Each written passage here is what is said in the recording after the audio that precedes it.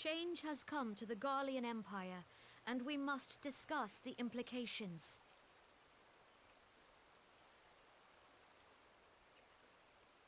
The rumors are true, then? The War of Succession is ended? It is. A new emperor reigns in Garlemald. Who?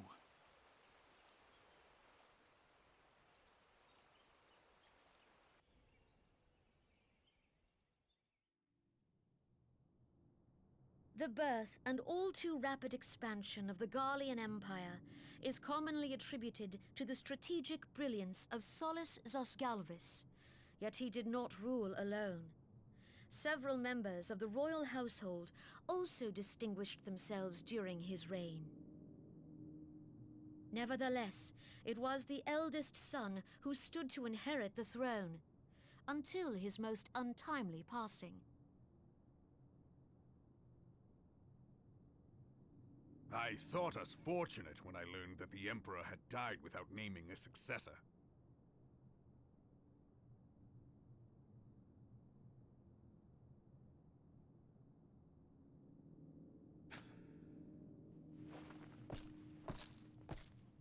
Would that the Garlean Empire had died with him.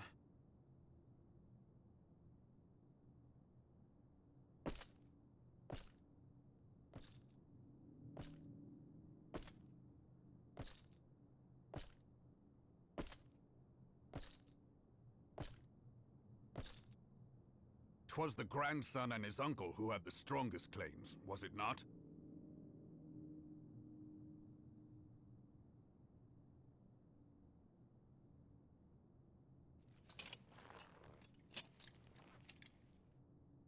Indeed, yet claims count for little without the power to assert them. High Legatus Varus Ye Galvus is a respected military leader, not so his uncle.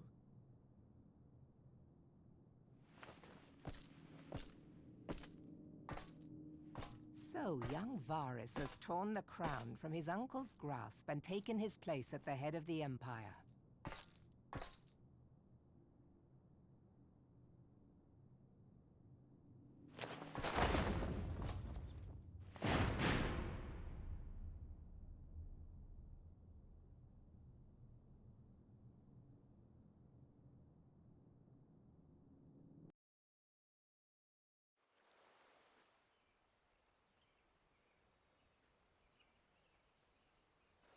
Given the troubled nature of his succession, the new emperor will require time to seal his grip on power.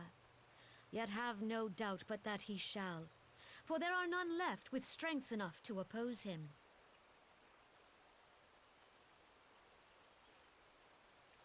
Since the success of Operation Archon, the remnants of the 14th Legion and the forces occupying Alamigo have done naught but fortify their positions. But you can be sure they'll be ready to march on us again, if their Emperor gives the word. When, not if. They say this Varus was so set upon Eorzean annexation that he spoke out against the Meteor Project. Plainly, the new emperor's intentions are of great concern to us all.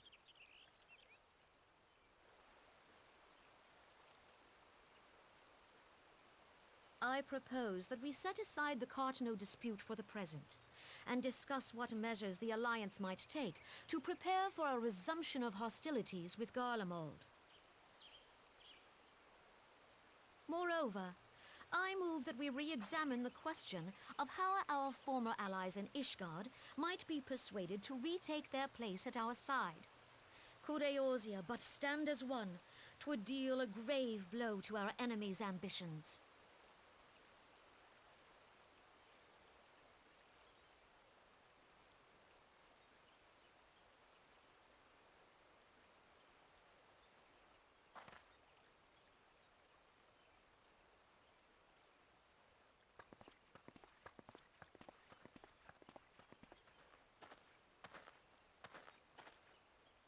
Well, I suppose we should be grateful that they have finally acknowledged the inevitability of Imperial attack. Who knows? They may even do something about it. If only the leaders of Ishgard would follow their example and stop hiding behind their gates, praying for the coming storm to pass them by. But that is a discussion for another time. At present, I am more concerned by the fact that the Alliance's mooted preparations will be made known to the Garleans many moons before their coming. So long as the Ivy eludes our grasp, no secret is safe.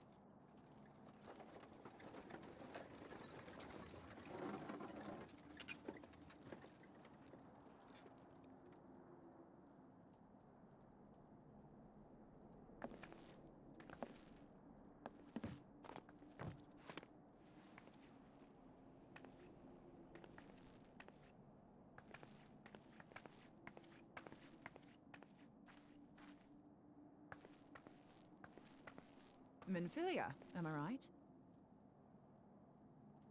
None other. I bid you welcome to Revenant's Toll, and to thank you for traveling so far on such short notice.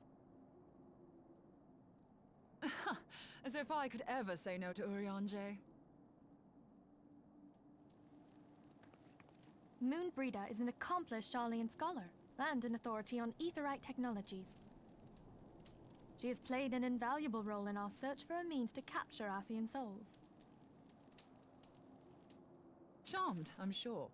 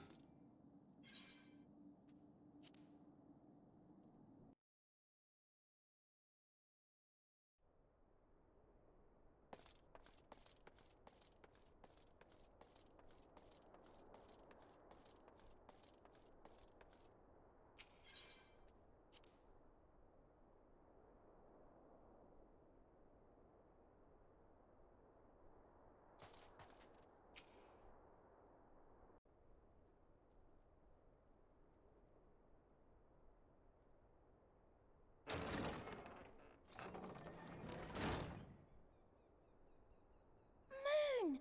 Gods, it's been ages! Oh, longer, sister.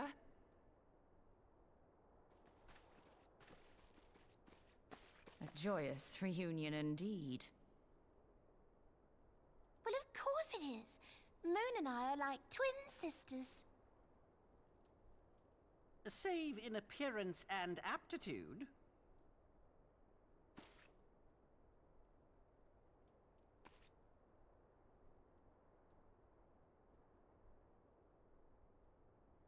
Everyone, if I could have your attention. We have with us an esteemed guest who has come from Sharlayan to assist us. I bid Moonbreeder join us here that she might share with us her extensive knowledge of aetherites. Also, as many of you are already aware, she has been overseeing our research into white auracite, a sample of which she has been good enough to bring with her.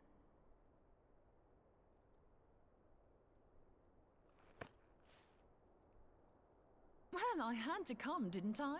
You'd have to be bloody daft to turn your nose up at a chance like this. Where better to conduct my final tests than a land so steeped in ether you can taste it? 'Tis plain the passage of the years hath done little to dampen thy youthful spirits. And nothing at all to reform thy youthful manner.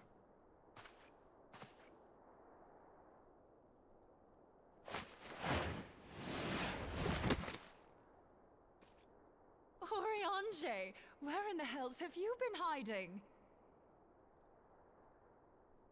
Unhand me.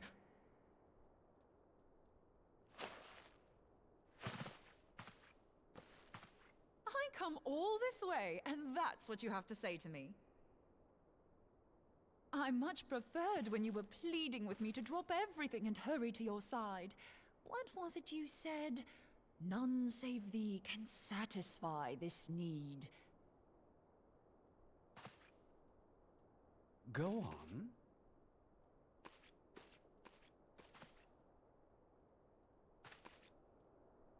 Thine artless attempts to misrepresent mine all too innocent motives do thee little credit.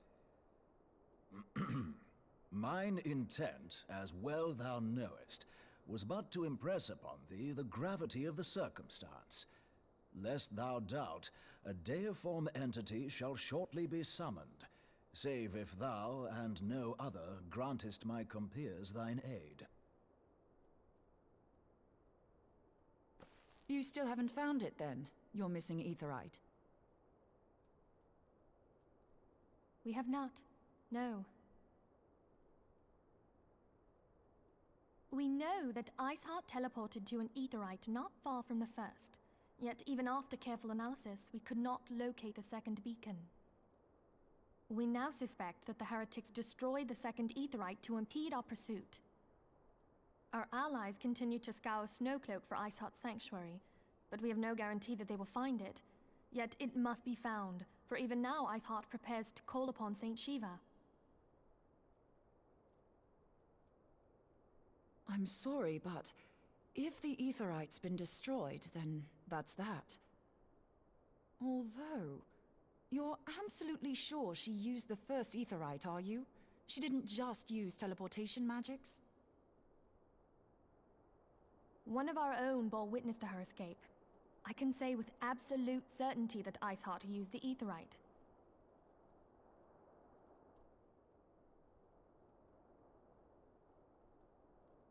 In that case, there might be a way, so long as the ethereal current is still flowing. Truly? How? We use the current to recreate the beacon. As you know, aetherites are a bit like lighthouses. We use them to reconstitute our physical forms when crossing the ethereal sea. Without them, we'd lose all sense of direction and our essence would dissipate. However, we don't rely solely on these beacons.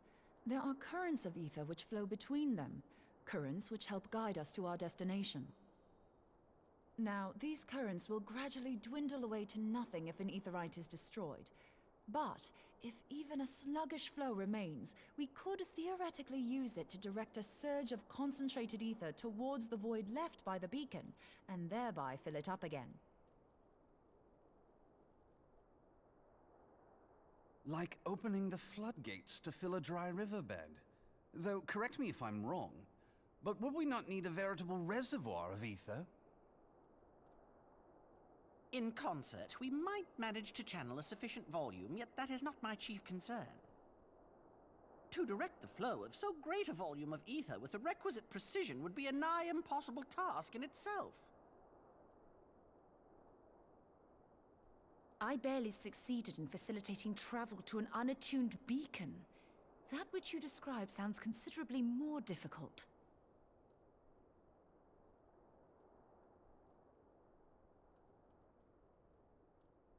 And dangerous.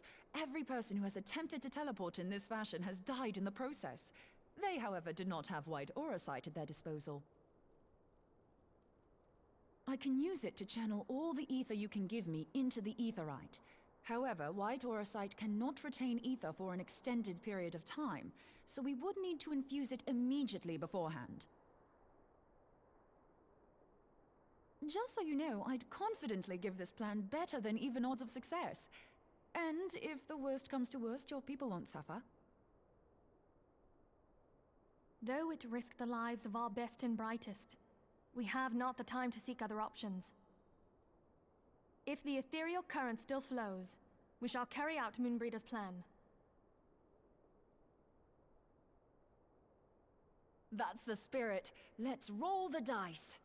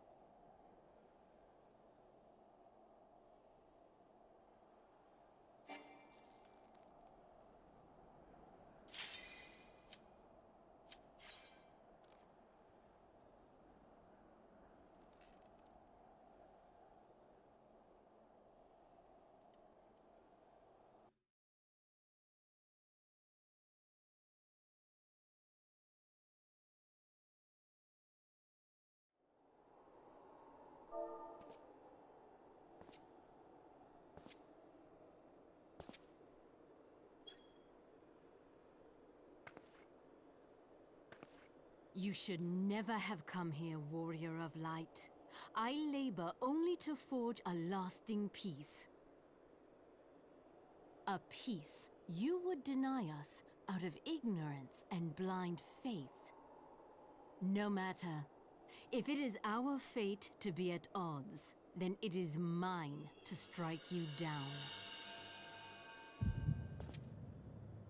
We whom gods and men have forsaken shall be the instruments of our own deliverance.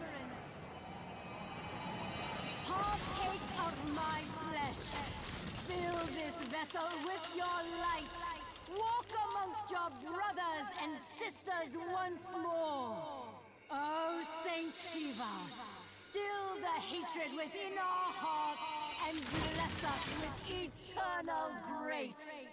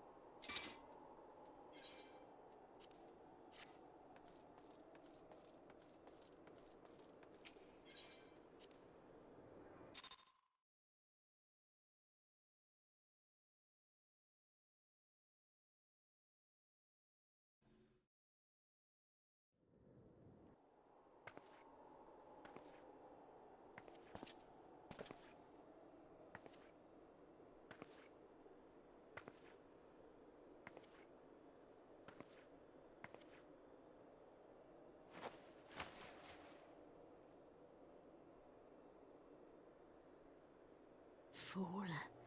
Blind, bloody fool.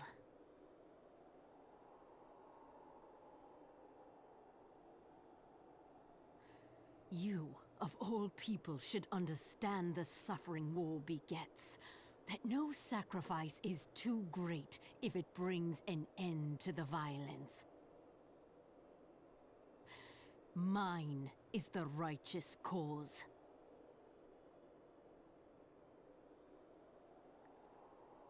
You fight in a war you do not understand. A pawn of liars and schemers. And they are no less ignorant than you, following the creed of their fathers without question, never thinking to ask why. Trapped in a delusion of their own creation, and blind to the truth.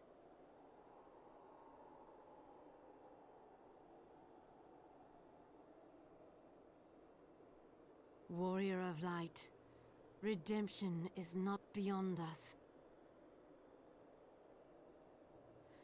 We who walk before may lead those who walk after.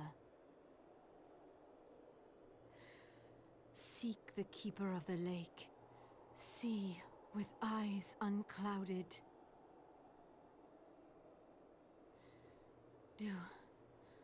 Do not squander Mother's gift.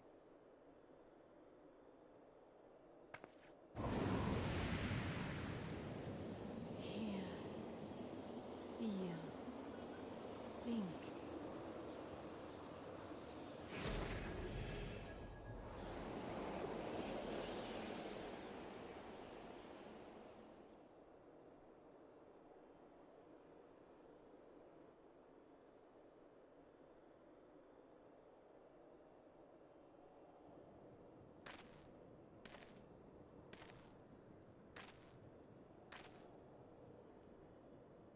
And so the vessel withdraws, a predictable outcome. Nevertheless, La Habrea will be pleased. How unfortunate.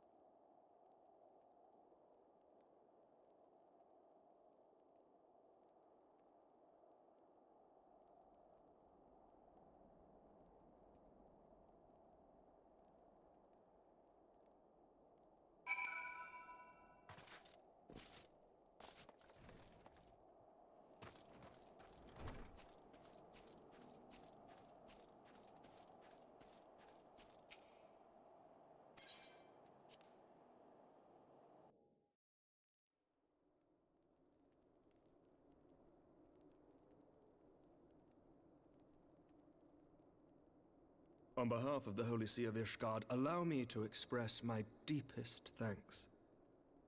Never before have we been required to contend with a primal. Indeed, there were fears in some quarters that our knights might not be equal to the task. From what we have now learned of these beings, I can say with certainty that we would have lost a great many men had the Scions not intervened.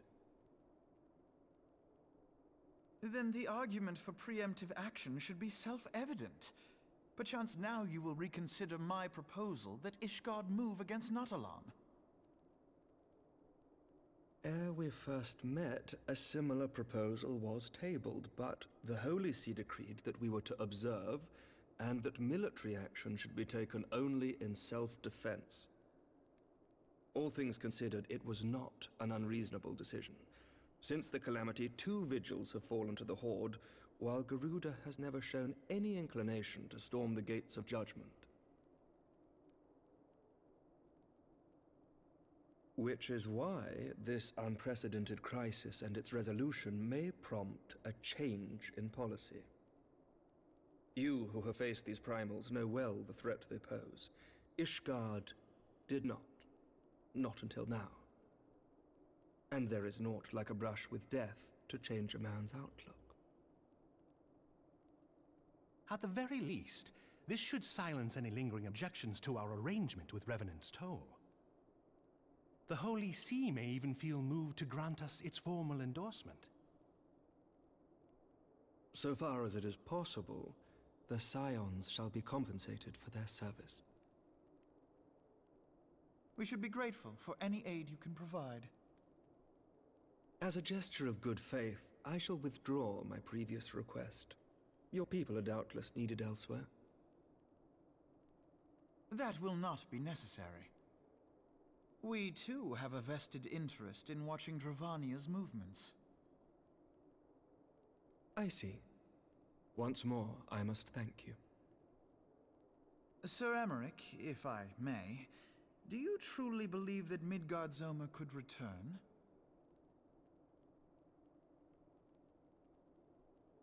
The heavens are a window unto truth, but those who interpret their movements are not infallible. I requested your involvement as a precautionary measure. But of course, you sought an excuse to compensate us from the first, mindful of what would happen if Revenant's Toll were taken by your enemies. Ishgard is not wont to aid its neighbors, but that does not preclude it from manipulating them to serve its own interests. Choose your next words carefully.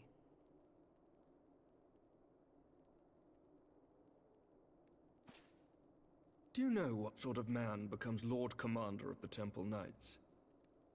One who comes from good stock. I did not. Yet here I am. Now, why do you suppose that is? Because I swiftly learned to tell the difference between words, deeds, and beliefs. You are correct, Master Leveilleur. Ishgard desires to see Revenant's Toll flourish, as it would present a troublesome obstacle to our enemies from the south. We are so glad to be of use to you. As we are to you. Ours is a mutually beneficial arrangement, lest we forget, one born of necessity. The dragons grow more restless by the day, and the heretics harry us nigh without cease. We have contended with such troubles for centuries, but there are limits to even our endurance. Yet as a pauper is loath to part with his meager possessions, the leaders of Ishgard are not wont to render up their trust to outsiders. But with perseverance on our part, they may yet be made to see the light. Nevertheless, one must take care when walking the road less traveled. Wise words, Sir Emmerich. I shall make a point to remember them. I must apologize for my earlier outburst. I hope it will not sour our good relations. Not at all. You but spoke from the heart. I trust you understand that at times my duties may prevent me from meeting with you. On such occasions, my second-in-command will speak for me.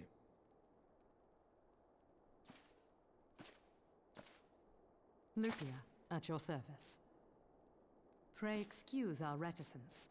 We are but wary of speaking too freely, lest our sentiments be made known to our enemies. Know that the Lord Commander and I are of one mind. For the sake of Ishgard, and of Eorzea at large, I pray our peoples can put aside their differences. Those who dwell in the past risk losing sight of their future. Should aught befall one of our shipments, pray inform Lucia immediately. You may also relay to her any words you might have for me alone. Not being of Ishgardian birth, she owes no allegiance to any noble house, making her as near to incorruptible as one can find in my homeland. Suffice it to say, I trust her completely, and so may you. Which reminds me, Lord Orchefort, if you would be so kind? Certainly.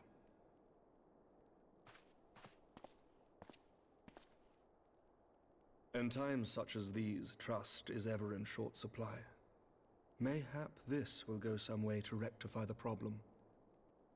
The results of our investigation into the heretics' recent attacks, as well as our interrogation of the merchant you detained.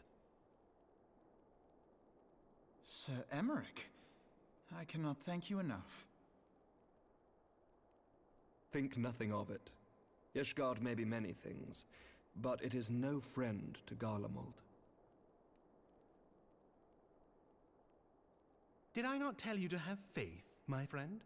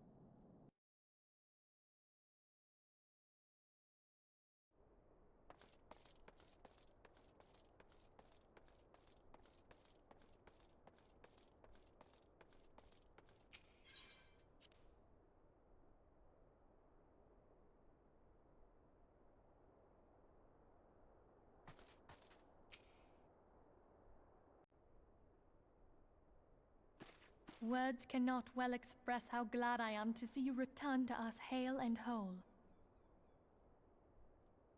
Needless to say, I am most eager to hear your account of that which occurred in Kurthis, assuming you're ready to speak of it. Excellent. I shall summon the others at once.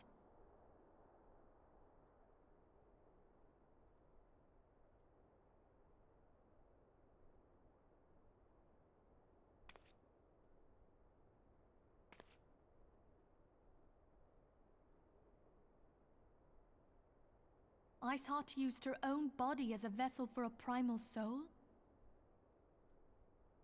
Master Louisoix's writings make no mention of such a possibility. Can we be certain this entity was a primal? As certain as we can be that good King Mogglemog the 12th was a primal, I should think. Both were ostensibly summoned. Let's not quibble over definitions. Of more concern is the implication that Iceheart retained her will, even after she was possessed. We are talking about a mortal, wielding the power of a primal. It can't possibly be that easy, can it? There must be some sort of sacrifice required. Or maybe she's just special? What qualities this woman possesseth, I know not, but full sure am I that she was groomed for this role. Few are privy to the secrets of summoning, and but a single party standeth to profit from their dissemination. Well, I wouldn't presume to comment on how the lass came to know about summoning, but I will say that what she summoned was a primal. The readings were the same, or near as damn it. Strange as it all sounds, it's really no different from what you've faced before. Then mayhap it is time that we re-examined our previous encounters. Pack your things, Ida. We're going back to Gridania. Yes, sir.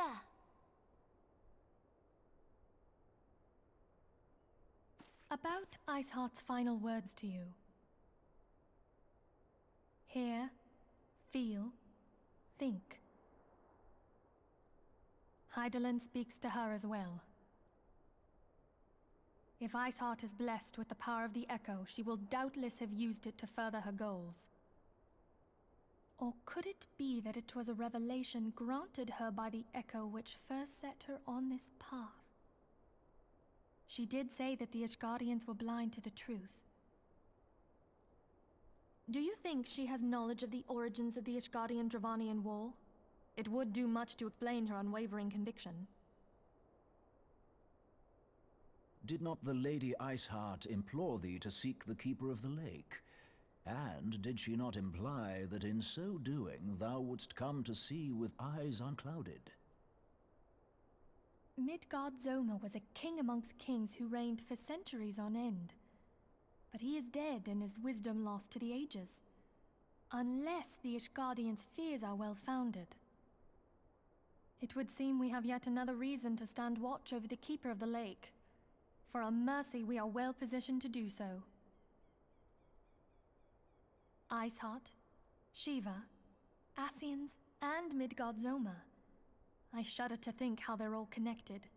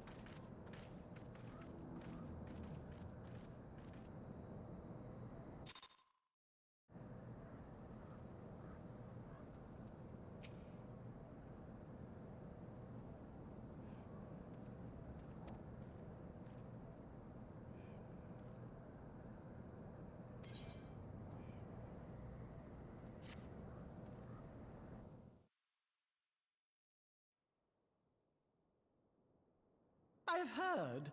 Truly bothersome business. No, I do not foresee a problem on that front. The main concern is Roban. There is no telling what the brute might do. Have the Blades watch him in the flames day and night. You may leave the Sultana to me. I shall personally attend her grace.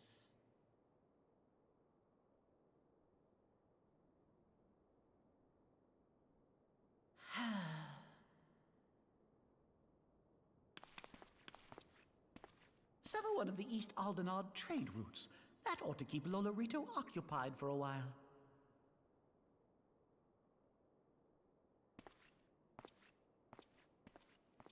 Nanamo Ulnamo. For my sake, pray be a good little Sultana to the last.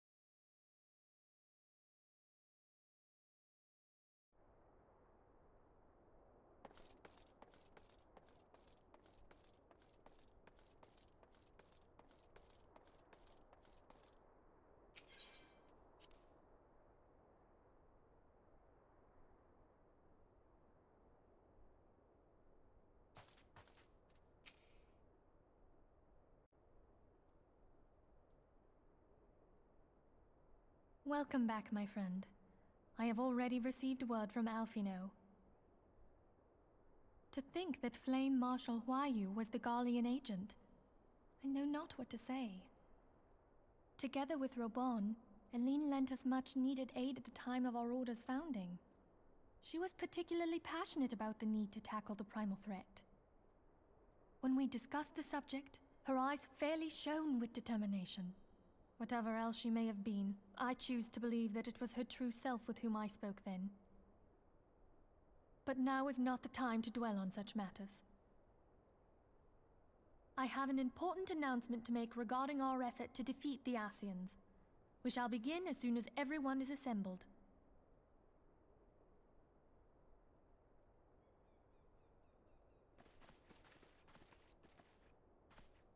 My thanks for coming, friends. Moonbreeder, the floor is yours. By now, I'm sure you're all familiar with White Auracite, the miraculous material that'll allow us to capture Ascian souls. Back at Snowcloak, we verified its ability to absorb vast amounts of ether. Alas, it leaves something to be desired in the area of stability. The stone can only store ether for a short while before expelling its contents. In addition to Auracite's inherent limitations, we must needs be wary of our enemy's strength. Our foe draweth upon an infinite wellspring of power. Even should we succeed in entrapping him, the stone will not long contain his wrath.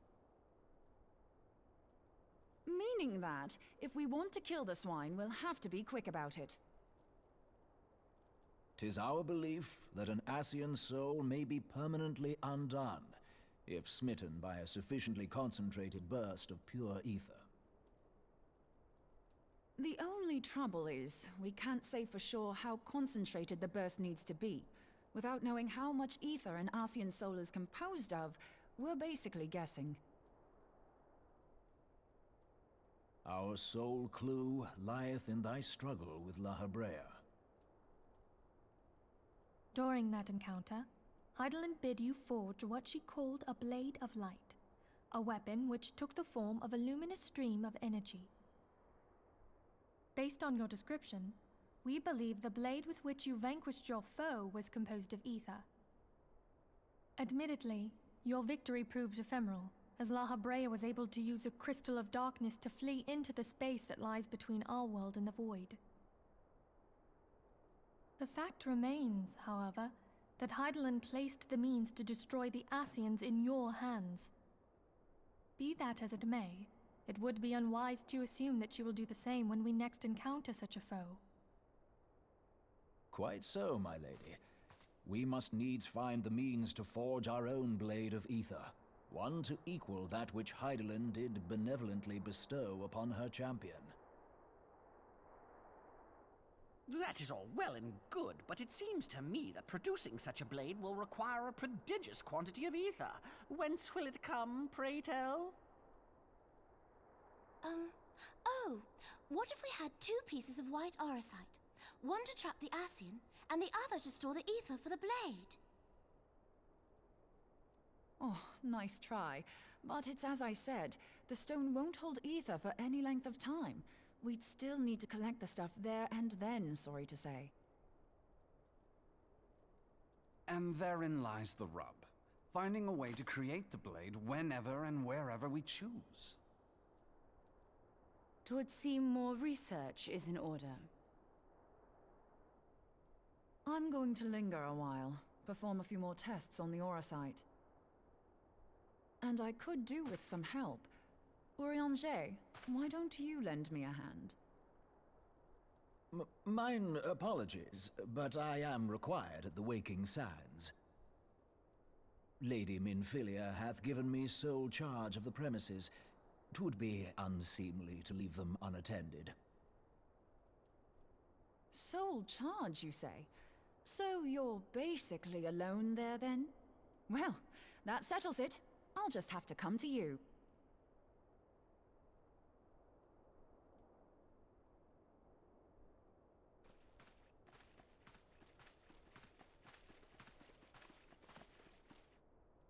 While you were afield, word arrived from the Sharlayan motherland. You will recall that a survey party was dispatched to investigate the incident at the Isle of Val. What they discovered was troubling, to say the least. According to the report, the Isle has been erased from existence. 'Twas as if a hole had been torn in the very fabric of reality. Aye, yet the mystery endeth not with the Isle's disappearance. It hath come to light that a number of scholars in various other locales were reported missing at a similar juncture. What's more, they all had something in common with the head of the students of Baldessian.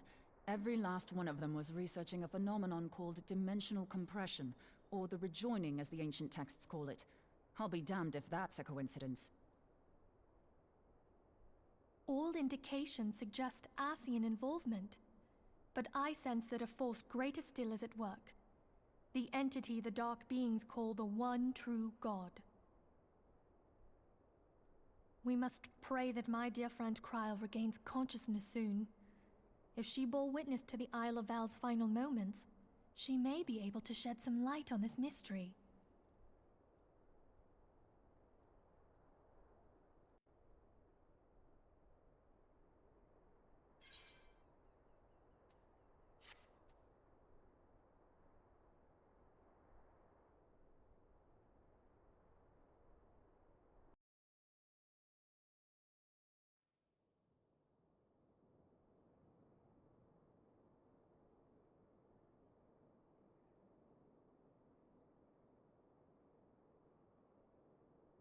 Following the calamity, The forces of the 14th Imperial Legion entrenched themselves in strategic locations across Eorzea.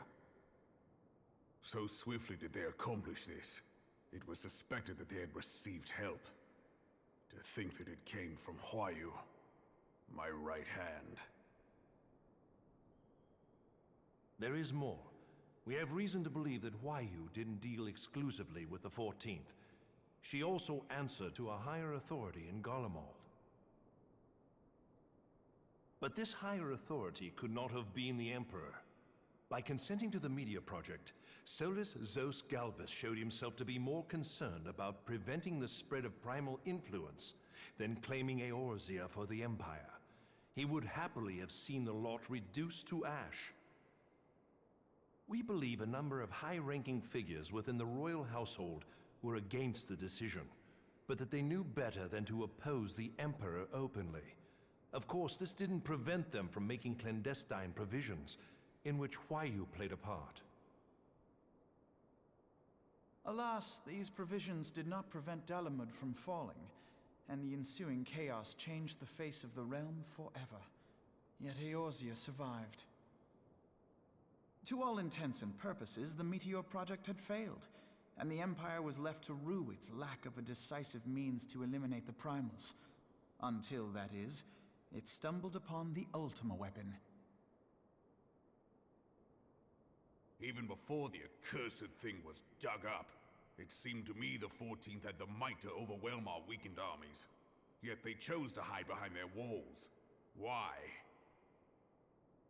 The Black Wolf was wary of making the denizens of Eorzea desperate, lest more primals emerge to bleed the land. The discovery of the Ultima weapon, however, emboldened him to resume his war of conquest in earnest. But there was one in Garlemald who believed that Van Belsar's actions were premature. One who stood higher in the Imperial Army's chain of command. He ordered the Legatus to halt his advance, only to find that the Black Wolf had slipped its leash, and that the 14th now acted alone. In a bid to bring Van Belsar to heel, he used the agent he had planted in Ul'dah prior to the Calamity to undermine the Legion's efforts. A man who outranks Van Belsar, yet opposed the late Emperor's decision to annihilate Eorzea. This could only be the former High Legatus of the Garlean army, now known as Emperor Varus Zos Galvus. So he was Huayu's true master. But one of several in actual fact. We've learned that even as Huayu served the Empire's interests, she sold Imperial secrets to a certain faction in Eorzea. In so doing, she helped to maintain the status quo, thus prolonging the conflict. Considering who stands to profit from war, it isn't hard to imagine who her other masters were. Seven hells! You mean to say that she was a double agent? Huh, triple, if you consider her services to Van Belsar and the new Emperor as separate. As neatly as these pieces seem to fit, one aspect of the puzzle remains unclear to me. By whose will was the Marshal feeding intelligence to the heretics? And try as I might, I fail to see how aiding their cause would profit either her Imperial or monetarist masters. Could it be that another hand is at work here? If so, Huayu must be made to reveal whose it is.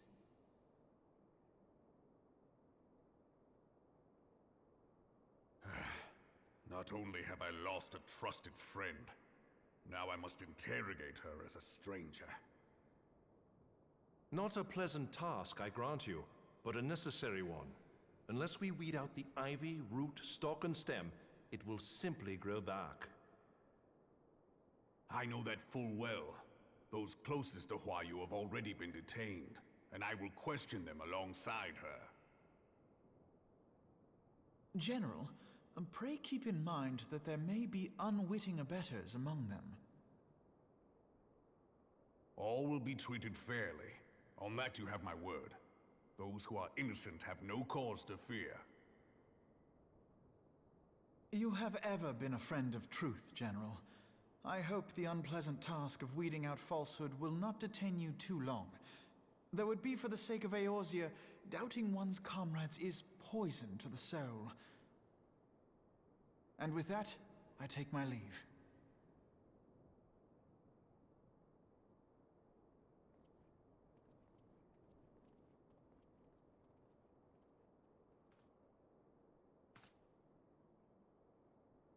All these years, I've been made to dance to their tune. How could you, Huayu? How could you side with them? Those cankers who take from this land and give naught in return, who use their power to disempower and grow fat while the people starve. I know you can hear me, monitor as scum! Your crimes will not go unpunished! One day I will purge this land of your sickness! Before the eyes of the 12, I swear it!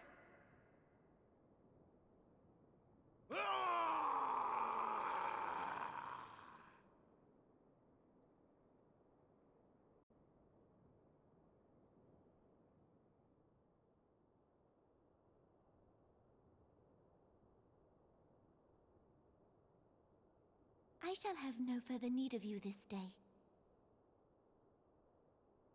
Your Grace.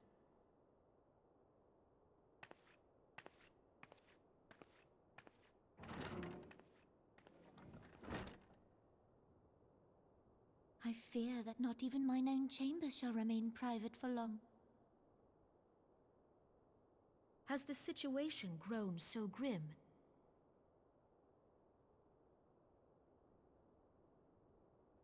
Ever since he proposed the Cartiner Reclamation Bill, Teleji Adeleji has risen to greater prominence upon the backs of impoverished refugees. The Monetarists were ever united in their pursuit of profit, but the man's actions have torn a rift in their ranks. They snap at each other as rabid dogs. Yet now is not the time to be bickering among ourselves. If this bickering is a threat to law and order, might you not have grounds to dissolve the Syndicate? Would that the solution were so simple, Admiral. Alas, my moving to dissolve the Syndicate is certain to spark outrage among the influential merchant class, whom the Cabal represents. This would serve to exacerbate the current unrest, and peace would slip still further away. Be they rich or poor, natives or refugees, all who reside in Ul'dah have a right to pursue happiness. It is the duty of a ruler to protect this right. If I am to perform my duty, I must needs tread warily. It would not do to make enemies heedlessly. Were Lord Lolorito here, he would doubtless say that I have my head in the clouds. A ruler is required to take a wide view. Try as we might to cater to all needs, some will inevitably be overlooked. As such, there shall ever be citizens who feel aggrieved. It cannot be helped. But as you have informed us, the Monetarists take no view but their own. They hunger for power while the masses starve. In the absence of a common cause, it seems beyond any one individual to make Ul'dah whole. And the presence of a Garlean agent within the Immortal Flames only makes matters worse. Even accounting for Uldah's historic reliance upon mercenaries, such a grievous breach of security is unprecedented. I fear this business will provide the Monetarists with a rod to beat Rauban.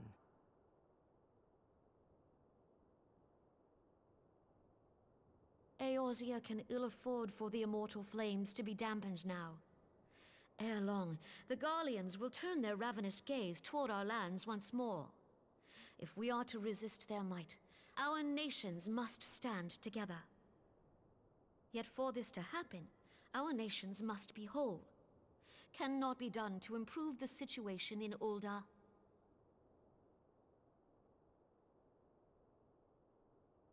The true wealth of Uldar lies in the health, happiness, and hopes of her citizens. Alas, the citizens shall never know these things, so long as their lives are ruled by the ambitions of the few. The monetarists claim to represent the best interests of the people, but in sooth they desire only to manipulate them for their own selfish ends. For the government to serve the people, it must be formed of the people. For Uldar to move forward, it is not only the Syndicate that must be dissolved. Nay, you jest.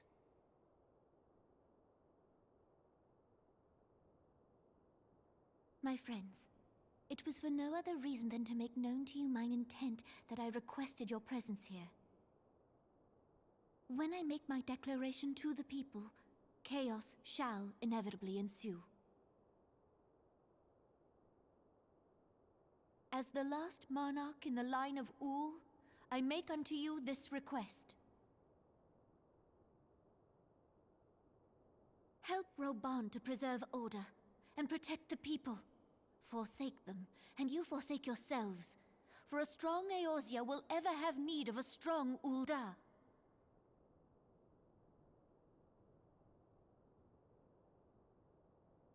Your Grace, are you certain of this? There is no other way. When the time is ripe, the nation shall become a true republic. Both royalists and monetarists shall cease to be. Uldar will no longer belong to kings or queens or merchant princes, but to her people.